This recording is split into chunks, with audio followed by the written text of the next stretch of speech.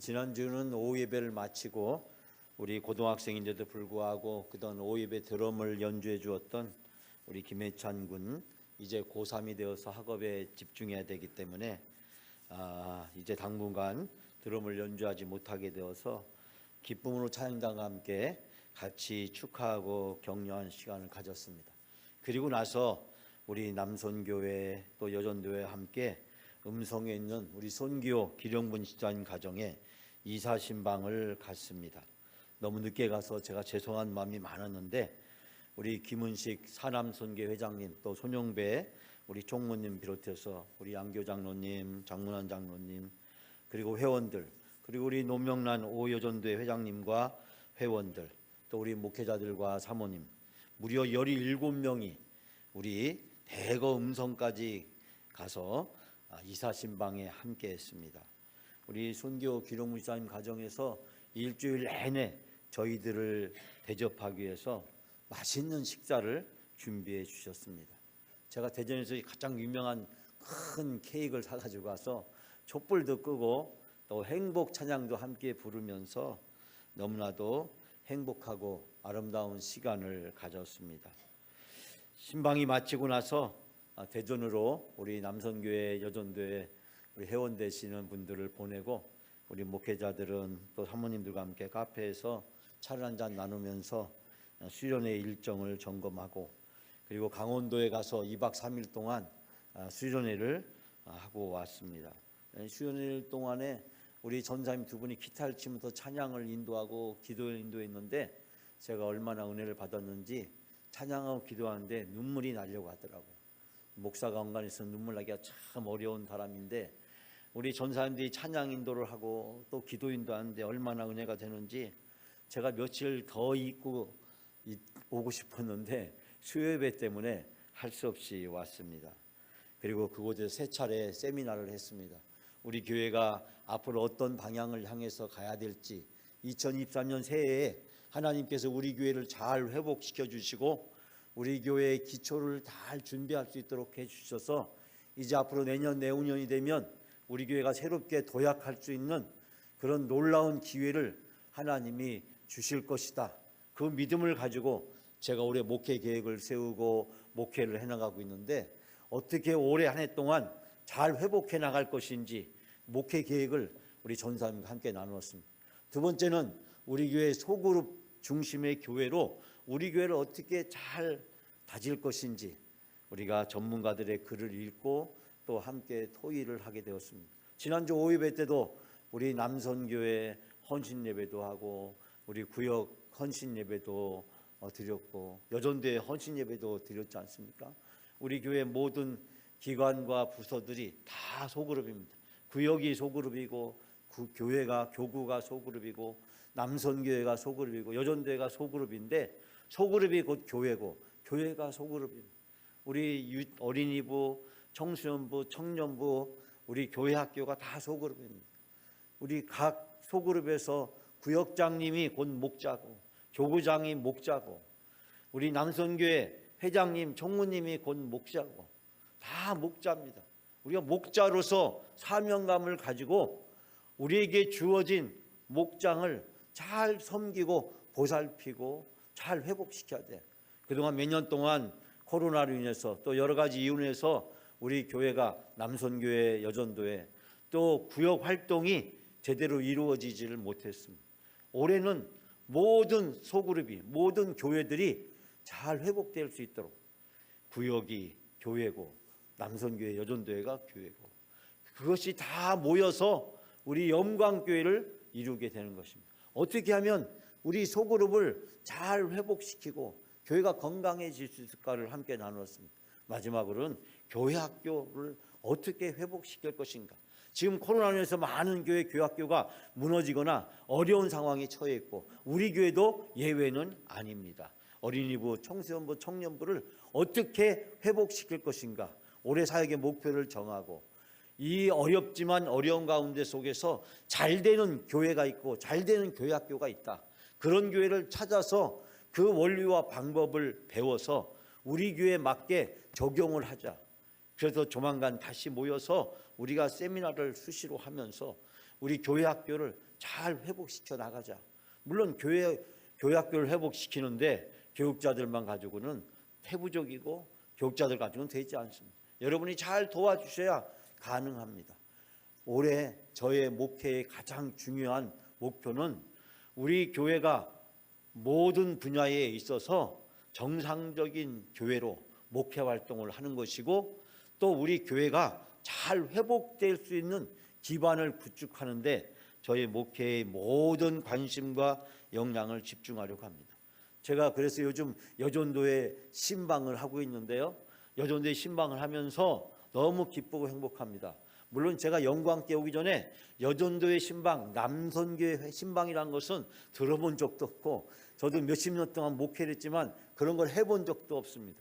그런데 제가 느끼는 것이 남선교회, 여전도의 신방을 하면서 너무나도 행복하고 너무나도 소중하다는 것을 발견했습니다. 여전도의 신방이 다 끝나가고 있고 이제 남선교회 신방이 시작이 됩니다. 저는 많은 기대를 가지고 있습니다. 주 안에서 함께 모여서 서로 사랑과 선행으로 돌보면서 섬겨가게 될 때 하나님이 행복한 영광성도, 행복한 영광교회가 될 수 있도록 우리를 인도해 주실 줄 믿습니다. 사랑하는 여러분, 저는 이번에 교육자 수련회를 갔다 오면서 이번 사순절에 하나님이 우리에게 어떤 은혜를 주실까? 하나님이 우리가 이번 사순절 기간을 어떻게 보내기를 원하실까? 저는 묵상하고 기도하면서 또 많은 교회들의 사례들을 또 분석하고 찾아보면서 우리 영광교회만의 사순절을 생각하게 되었습니다. 사랑하는 여러분, 제가 수련회 갔다 와서 지난 수요일날, 목요일날, 금요일날 새벽 설교에서 이사야서 58장 있는 말씀을 가지고 설교를 했습니다. 금식에 대해서 함께 나누면서 금식이 무엇을 금하는 것, 뭘 하지 말라고 하는 것, 이제 그것을 뛰어넘을 때가 됐다. 우리가 이제 무엇을 하지 않는 사순절이 아니라 무엇을 적극적으로 하는 사순절로 바뀌어야겠다라는 생각을 하게 되었습니다. 왜냐하면 우리가 코로나로 인해서 지금까지 하지 않은 것이 너무나도 많았거든요. 코로나로 인해서 모이지 않았습니다. 코로나로 인해서 나누지도 못했고 만나지도 못했고 서로 교제하지도 못했습니다. 코로나로 인해서 뭘 하면 큰일 나는 것처럼 그렇게 할 수밖에 없는 이 전염병이라는 상황이 우리를 만나지도 못하게 만들고 서로 교제하지도 못하게 만들고 나누지도 못하게 만들었습니다. 이제 코로나가 다 끝나가는 이 시점에 코로나의 무거운 짐을 털어버리고 이제 지금까지 못했으니까 이제 앞으로 해야겠다. 우리가 보통 사순절 하면 여러분께서 시간을 보내실 때 금식한다든지 절제한다든지 무엇을 하지 않는 사순절을 보내왔습니다. 맞습니다. 사순절은 지난 수백 년 동안 우리들에게 있어서 금욕과 절제와 그러면서 하나님과 집중하면서 예수 그리스도를 본받는 교회의 가장 은혜를 받는 절기로 지금까지 지내왔습니다. 교회 1년 중에 영성 훈련을 할 수 있는, 기도할 수 있는, 집중할 수 있는 기간이 사순절이었습니다. 그러나 지난 몇 년 동안 코로나로 인해서 또 지난 겨울을 보내면서 또 우리 교회가 영적으로 어려운 문제를 겪으면서 우리는 지금까지 하지 않는 쪽에 집중해 왔다 간다면 이번 사순절은 이제 마이너스 하지 않는 빼기의 사순절이 아니라 더하기 플러스 무엇을 더하는 더함으로써 하지 않아도 되는 것들을 극복하는 사순절이 되어야겠다라는 생각을 하게 되었습니다. 즉 사순절에 대한 새로운 발상의 전환을 하면서 지난 한 주일 동안 사순절을 어떻게 보내야 될까? 그래서 우리 교인분들이 이 사순절 동안 무엇보다도 어떻게 하면 기도하게 만들까? 어떻게 하면 하나님께 더 가까이 가게 할 수 있을까? 어떻게 하면 하나님의 말씀을 묵상할 수 있을까? 또 이것을 넘어서서 삶 속의 생활 속에서 사순절을 어떻게 실천할 수 있는 영적 캠페인을 준비할 수 있을까? 그래서 저는 7 플러스 사순절 영적 캠페인을 준비를 했고 시작을 했습니다. 교우니까 이게 플랜카드도 붙어 있는 것도 여러분 보실 수 있는데, 세상에서 가장 아름다운 선택, 그것은 뭘까요? 하나님이 기뻐하시는 것, 하나님이 원하시는 것을 선택하는 것입니다. 사랑하는 여러분, 예수님이 공생애를 시작하기 전에 예수님이 세례를 받으셨습니다. 세례를 받으실 때 무슨 일이 있었습니까? 하늘의 문이 열리고 하늘에서 음성이 들려왔습니다. 이는 나의 사랑하는 아들이다. 이는 내가 사랑하는 아들이고 내가 기뻐하는 자다.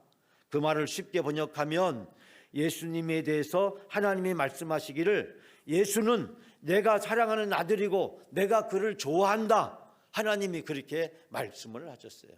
하나님께 예수 그리스도가 하나님의 아들이심을 인정받으신 후에 예수님은 광야에서 40일 동안 금식을 하셨습니다. 그리고 마귀의 유혹을 받으셨습니다. 유혹을 받다, 이 말을 오늘 본문에서는 시험을 받다라는 말로 되어 있는데, 이 시험을 받다, 이 시험은 테스트란 뜻도 있지만은 성경의 뜻을 살펴보면 유혹하다라는 뜻을 가지고 있습니다. 즉 사탄은 우리를 유혹하죠. 그러나 하나님은 우리를 또한 시험을 하시기도 합니다. 즉 사탄은 우리에게 하나님부터 멀어지게 만들게끔 하기 위해서 우리를 유혹하지만, 하나님은 때로는 우리의 믿음을 성장시키고 인격을 성숙시키기 위해서 우리를 연단하시는 기회로 사용하신다라고 하는 것입니다. 그러나 중요한 것은 예수님께서는 받으신 시험을 통해서 하나님의 아들임을 입증해야 하는, 하나님의 아들임을 증명해야 되는 중요한 도전에 직면하게 되었습니다. 여러분, 40일 동안 예수님이 금식하셨는데 40이라는 숫자 많이 들어봤죠? 40일, 또 40년, 400일, 어떤 고난이나 어떤 과정을 다 끝마쳤다. 사람이 금식을 할 때 육체적인 최고의 한계가 40일이라고 이야기를 합니다. 즉 예수님께서는 사명을 준비하기 위해서 40일 동안 금식하며 기도하셨습니다. 예수님께서 40일 금식 기도를 마쳤을 때, 가장 배가 고프시고 육체적으로 힘들고 어려우실 때, 예수님도 우리와 똑같은 인간이기 때문에 이 고통과 아픔을 다 느끼고 계셨는데, 바로 그때 예수님께서 유혹을, 시험을 받으시게 되었습니다. 여러분, 예수님이 받으신 시험은 누구나 다 받는 시험이 아니었습니다. 누구나 다 쉽게 이겨낼 수 있는 그런 시험이 아니었습니다. 이 시험은 너무나도 힘들고 어렵고 쉽게 이겨낼 수 없는 치명적인 유혹이었습니다. 여러분, 예수님은 이 치명적인 유혹을 어떻게 이겨내었을까요? 저는 오늘 본문의 말씀을 여러분이 많이 읽었고 많이 들었고 여러분이 잘 알고 있는 말씀의 내용입니다. 저는 이 본문을 자세히 설명하지 않으려고 합니다. 그러나 예수님은 어떻게 이 치명적인 유혹을 이겨내셨을까? 예수님이 이겨내신 것만 오늘 본문을 통해서 살펴보고자 합니다. 첫 번째, 예수님이 받았던 시험, 예수님은 어떻게 이겨내셨을까요? 4장 4절 말씀, 우리 다 같이 함께 4장 4절 말씀 다 같이 함께 봉독합니다. 예수께서 대답하여 이르시되 기록되었으되 사람이 떡으로만 살 것이 아니요 하나님의 입으로 나오는 모든 말씀으로 살 것이라 하였느니라 하시니. 아멘. 사람이 살아가는 데 있어서 떡이 필요합니다. 떡이 없이 사람의 육체를 보존하거나 유지할 수 없기 때문에 우린 떡을 통해서 사람이 살아가는 에너지를 습득하게 됩니다. 그러나 그것이 사람이 사는 목적이 아닙니다. 여러분, 자동차의 목적이, 자동차가 기름 때문에 가지만, 그러나 자동차의 목적이 기름은 아닌 것과 마찬가지로 우리가 인생을 살아가면서 우리의 육체를 보존하고 생활을 하기 위해서 떡이 필요하지만 우리가 떡을 위해서 사는 것은 아닙니다. 모든 사람이 사는 인생의 궁극적인 목적은 행복에 있습니다. 근데 그 행복을 주실 수 있는 것은 하나님이라고 하는 것입니다. 세상은 우리에게 떡으로 행복하게 해줄 수 있다, 돈으로 행복하게 해줄 수 있다, 네가 출세하면 성공하면 행복하게 해줄 수 있다라고 유혹합니다. 여러분, 그것이 여러분을 행복을 가져다 줍니까? 우리가 과거보다 살기가 좋아졌으면 행복 지수가 그만큼 더 높아져야 되는데, 한국 사람들은 과거보다도 훨씬 더 경제적으로 부유하게 됐음에도 불구하고, 떡이 풍성하게 됐음에도 불구하고 만족도나 행복도는 갈수록 떨어지고 있는 것을 보게 됩니다.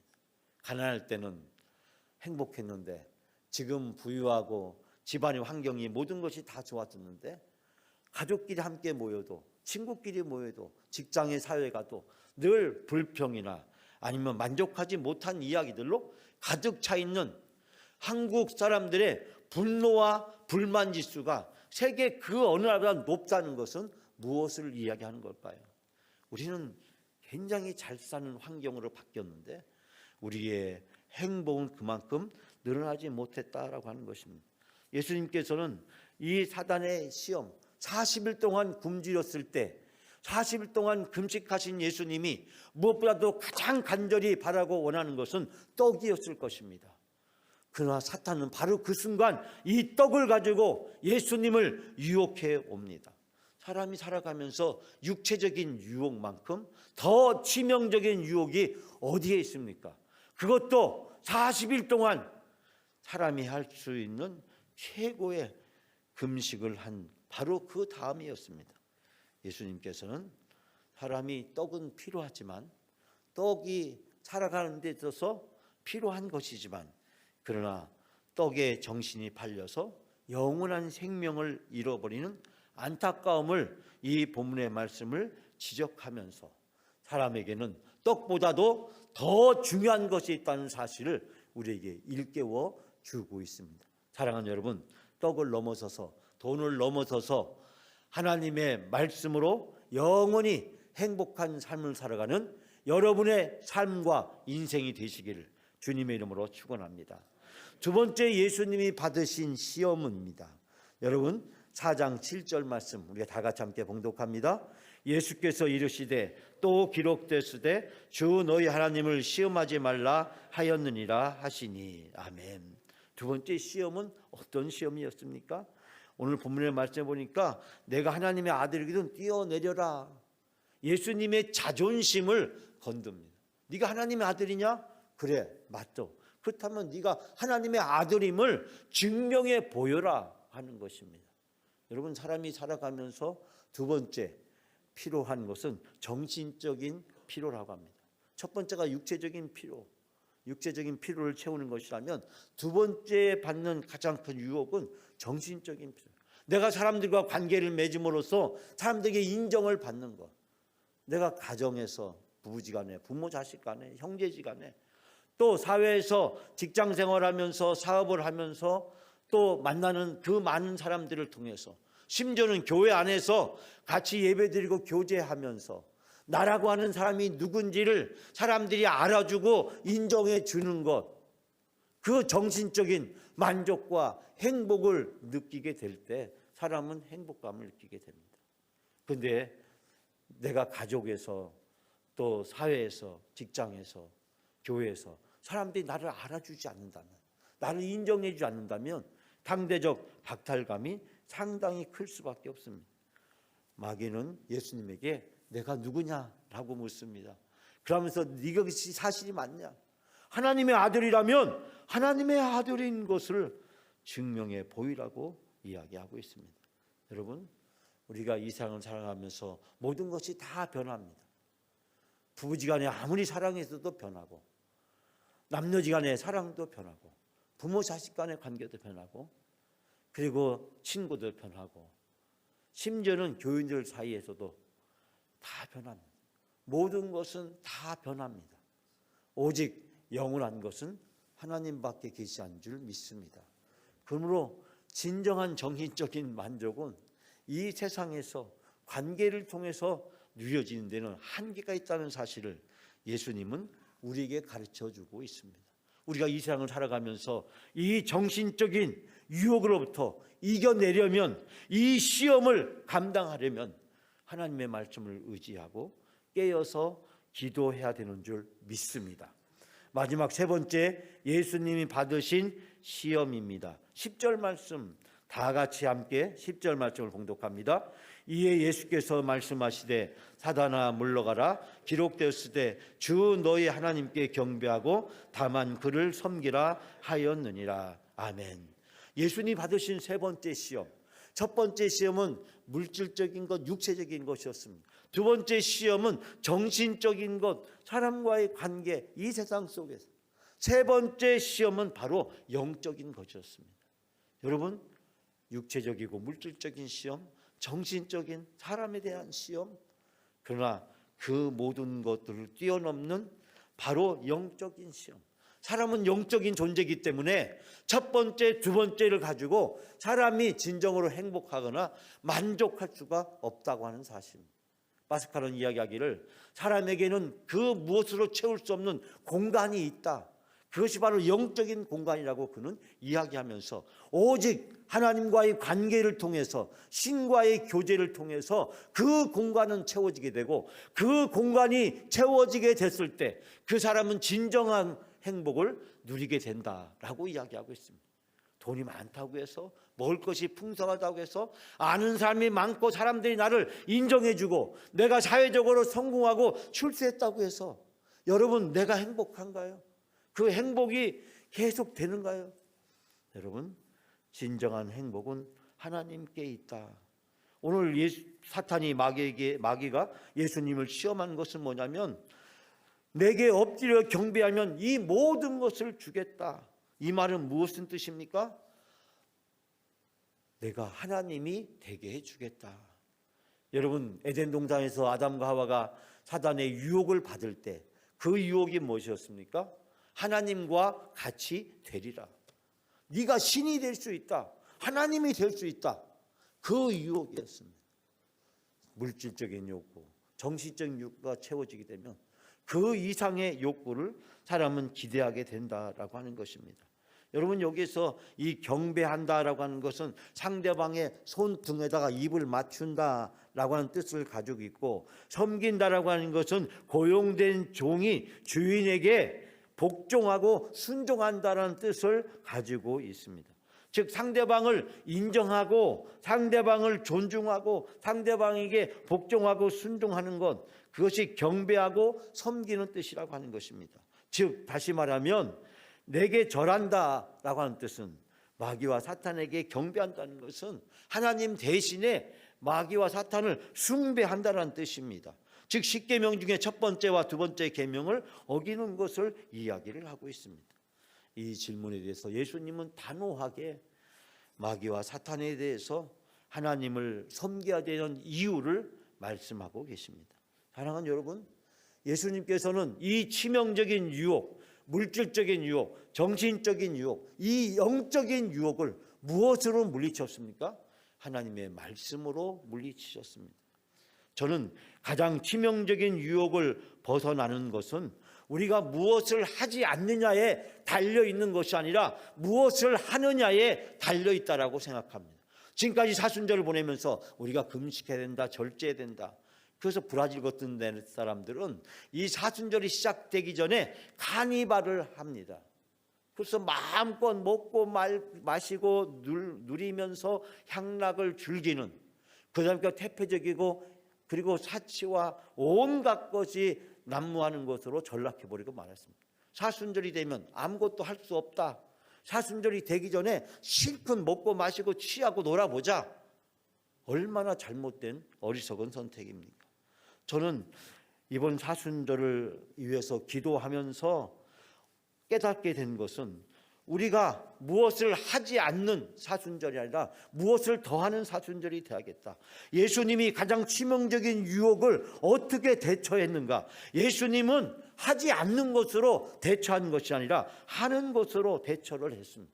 예수님은 더 중요한 것, 더 본질적인 것에 집중하셨습니다. 즉 예수님은 하나님 말씀에 집중하시고 하나님께 집중함으로 이 마귀와 사탄의 유혹으로부터 이겨낼 수 있게 되었습니다. 우리가 하지 말아야지, 하면 안 돼, 절대 안 할 거야. 계속 그렇게 하다 보면 결국 그곳에서 벗어날 수가 없다라고 하는 것입니다. 그리고 어느 순간에 내가 하지 말아야 된다고 했던 그것을 하고 있는 우리 자신의 모습을 발견하게 되지 않습니까? 그런데 하지 말아야지가 아니라 하지 말아야지라는 생각이 나지 않도록 뭔가에 우리가 집중하게 되면 그 하지 말아야지를 극복할 수 있게 된다는 것입니다. 예수님은 하나님께 집중했습니다.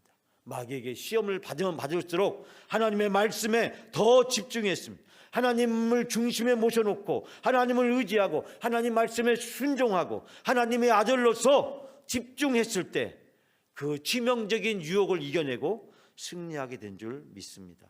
하나님이 원하시고 기뻐하는 것을 하는 것, 그것이 바로 치명적인 유혹을 극복하는 길이고 방법이라고 하는 것입니다. 그래서 저는 이번 사순절이 빼기가 아니라 더하기가 돼야겠다. 마이너스가 아니라 플러스가 돼야겠다. 우리가 무엇을 해야 될까? 하나님이 기뻐하시는 것, 하나님이 원하시는 것, 하나님이 싫어하는 것, 하나님이 원하지 않는 것을 하지 않는 것이 아니라 하나님이 좋아하시고 하나님이 기뻐하시고 하나님이 우리에게 은혜를 주시고 축복해 주기를 원하는 것들을 찾아서 그것에 집중하게 되면 자연스럽게 하나님이 싫어하고 하나님이 원하지 않는 것을 하지 않게 된다라고 하는 것입니다. 사랑하는 여러분, 이것을 위해서 전 여러분들에게 4가지를 짧게 말씀을 제안하는, 첫 번째는 포기하라는 것입니다. 포기하는 것이에요. 하나님이 아닌 것, 세상의 풍속을 쫓는 것을 포기해야 된다. 왜 포기해야 됩니까? 하나님께 집중하기 위해서 우리가 포기해야 돼. 하나님과의 관계에 집중하기 위해서 중요하지 않은 것들을 우리가 내려놓아야 됩니다. 두 번째는 가까워지라고 하는 것입니다. 하나님 말씀에 가까워지는, 하나님과 하나님 말씀과 기도에 가까워지라고 하는 것입니다. 사순절 새벽 기도에 어렵거나 힘들시다도 나오시고 매일 성경을 읽거나 묵상을 하나 찬송가를 불러주시기를 부탁드립니다. 제가 명성교회 있을 때 감동을 받은 것은 1년에 4차례 특별 새벽 기도를 하는데 그 특별 새벽 기도에 제주도에서도 오시고 청주에서도 오시고 군산에서 지방에 있는 교인들도 그 특별 새벽 기도를 사모하고 참석하는 교인들의 이야기를 들을 때마다 큰 감동을 받게 됩니다. 심지어는 그 나이 어린 아이들, 유치원이나 초등학교 1, 2, 3학년 어린 아이들이 이 강대상에 쭉 올라와서 명성교회는 이 새벽 기도에 앉아 있습니다. 매주 토요일마다 새벽 기도를 하는데 온 가족이 함께 새벽 기도를 드립니다. 그때 어린이들이 나와서 새벽 기도를 합니다. 4살, 5살, 6살 초등학교 1, 2, 3학년 나이 어린 학생들이 나와서 새벽 기도를 합니다. 놀라운 것은 강대상에 앉아 있는데요, 떠드는 학생 하나 없고 조는 학생 하나 없고 스마트폰을 꺼내서 하는 학생이 하나도 없다는 거예요. 어떻게 예배를 드리는데 거의 1시간 동안 새벽 예배를 합니다. 우리는 30분 하는데 1시간 동안 해요. 목사님이 설교하는데 어린이들을 배려한 설교는 하나도 없어요. 그냥 일반 설교를 합니다. 그런데도 다 집중하는 것을 보게 됩니다. 이번 사순절에 하나님과 가까워지기 위해서 더 노력하는 그런 시간이 되어졌으면 좋겠습니다. 제가 좀 더 광고 시간에 설명드리겠지만 여러분들에게 읽기만 하면 기도가 되는 중보기도 안내지를 다 드렸습니다. 앞으로 매달 한 번씩 중보기도 안내지를 드리려고 합니다. 여러분, 우리가 국가와 세계를 위해서 또 선교를 위해서 교회를 위해서 우리 교회와 교인들을 위해서 중보기도를 하려고 합니다. 오늘 자세하게 소개하지 않았지만 다음 달부터는 여러분 중에서 이 기도 제목을 위해서 기도해 주세요. 내가 이렇게 아픈데 기도해 주세요. 여러분이 신청해 주시면 우리가 이름을 넣어서 온 교인과 함께 기도해 주려고 합니다. 명성교회는 수요일에 환자들을 위해서 이름을 불러가면서 기도합니다. 물론 환자 본인이 자기를 소개하고 기도하는 것을 동의했을 때, 동의한 사람에 한해서, 신청한 사람에 한해서 기도해 줍니다. 우리는 매일 여러분이 기도해 주면 좋겠습니다. 잠자기 전에 5분만 시간을 내어서 읽는 것으로만 기도가 될 수 있도록 기도지를 만들어 드렸습니다. 하루에 5분씩 잠자기 전에 여러분이 한 번씩 읽어주십시오. 읽어주면 그것이 곧 기도가 됩니다. 이렇게 쉬운 기도가 어디 있습니까? 제가 만들어놓고 생각해 보니까 제가 너무 잘 만들었더라고요. 이런 표현, 읽기만 해도 기도가 됩니다. 제가 이런 거를 발견한 적이 없거든요. 근데 어떻게 그런 생각이 났는지 이번에 제가 교육자손에 갔다 오면 하나님이 그런 아이디어를 주셨어요. 교인들이 기도하는데 힘들지 않냐? 기도하러 가면 어떻게 할지 모르지 않냐? 그냥 읽기만 해도 기도가 되는 그런 기도를 교인들이 할 수 있도록 도와주어라. 그래서 제가 이것을 만들었습니다. 이번에 교육자손에 갔다가 제가 몸살이 나가지고 또 입도 막 헐고 해가지고 어저께 문화선교 탐방도 그렇게 가고 싶었는데 제가 학수고대 하다가 결국 또 못 갔어요. 제가 다음 달에는 깃발을 들고 맨 앞에서 제가 가려고 합니다. 앞으로 우리 문화탐방은 목사가 깃발 들고 가는 그런 프로그램이 되게 하려고 하는데, 여러분 저의 깊은 뜻이 문화탐방에 있어요. 깊은 뜻이 있어요. 여러분이 깊은 뜻을 모르시기 때문에 여러분이 왜 목사가 저걸 왜 하는지 이해가 안 되는 분도 많이 계시라고 생각이 들어요. 그러나 여러분, 제가 하고 싶은 말씀은 읽기만 하면 중보기도가 되는 이 기도문을 제가 힘든 가운데 만들면서 은혜를 많이 받았습니다. 여러분, 하나님과 가까워지는 것, 또 우리가 약한 자들을 섬기는 이번 사순절이 될 수 있도록 해주시기 바랍니다. 다른 사람들을 섬기는 새로운 습관을 만들어 주시기 바랍니다. 코로나 핑계대고 우리가 지금까지는 사람도 만나지도 않고 차도 먹지도 않고 마시지도 않고 음식도 같이 나누지 않았습니다. 그리고 어렵고 힘든 사람을 찾아가 다니는 것을 기피했습니다. 그러나 이제는 우리가 다른 사람을 섬기는 새로운 습관을 만들어야 됩니다. 차를 같이 나누어 마시고 음식을 나누어 먹으면서 서로 위로하며 격려하면서 서로 어려움을 딛고 일어설 수 있도록 손에 손을 맞잡고 함께 가는 귀한 시간이 필요하다고 생각합니다. 섬기는 것은 먹고 마시는 것입니다. 여러분, 도시락을 배달해 주는데요, 어렵고 힘든 우리 혼자 사는 독거노인분들이나 장애인분들에게 도시락을 배달해 줍니다. 근데 그분들이 처음에는 너무나도 좋아했고 너무나도 기뻐했습니다. 그동안 제대로 먹지는 못했기 때문에 이렇게 먹을 수 있는 것을 매일 가져다 주는 것이 너무나도 행복하고 기쁘고 즐거웠습니다. 근데 그것이 시간이 한참 지나다 보니까 그 도시락이 짜증나고 신경질이 나기 시작했다고 합니다. 물론 그렇다고 해서 도시락을 배달하지 않으면 절대 안 되죠. 근데 여러분, 그분들이 원하는 것이 있대요. 바라는 것이 있대요. 그 도시락을 가져다 주는 사람에게 미안하지만 나하고 같이 먹고 가면 안 되냐, 먹어주고 가면 안 되냐. 혼자 먹는 게 더 힘들다. 못 먹을 때만큼이나 힘들다. 여러분, 혼자 먹는 것 굉장히 힘들고 어려운 일이에요. 다른 사람을 섬기는 것, 차를 같이 마셔주는 것, 작은 것, 음식이 무엇이냐가 중요하지 않습니다. 그것이 보리밥이 됐던 칼국수가 됐던 떡볶이가 됐던 그것이 어떤 것이 됐든 간에 함께 먹어주는 것. 여러분, 우리가 여러 사람이 같이 먹을 때 기쁘잖아요. 맛있잖아요. 근데 아무리 맛있는 것도 혼자 먹으려면 신경이 나고 짜증나고, 조금 먹다 보면 처음에는 혹했지만은 먹으면 먹을수록 맛이 없잖아요. 근데 여러 사람이 있으면 비록 그것이 보잘것없는 것이어도 너무너무 맛있잖아요. 여러분, 오래전 얘기지만 여러분이 어렸을 때 많은 형제 부모들과 함께 식사할 때, 그때 고구마 삶아 먹고 감자 삶아 먹고 호박죽 끓여 먹고 칼국수 끓여 먹고 수제비 끓여 먹고 먹을 것이 없어서 보리개떡 해 먹고, 먹을 것이 없던 그 시절 여러 사람이 달라붙을 때는 왜 이렇게 맛있는지, 지금은 아무리 산의 진미를 가져다 놓아도 우리가 맛을 느끼지 못하는 것은 무엇일까요?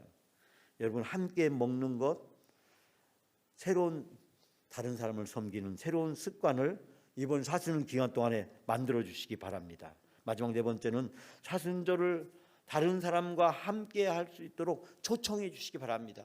새벽 기도에 함께 초청해 주시고 사순절 여러 행사를 앞으로 하게 될 텐데 그 행사에 초청해 주시기 바랍니다.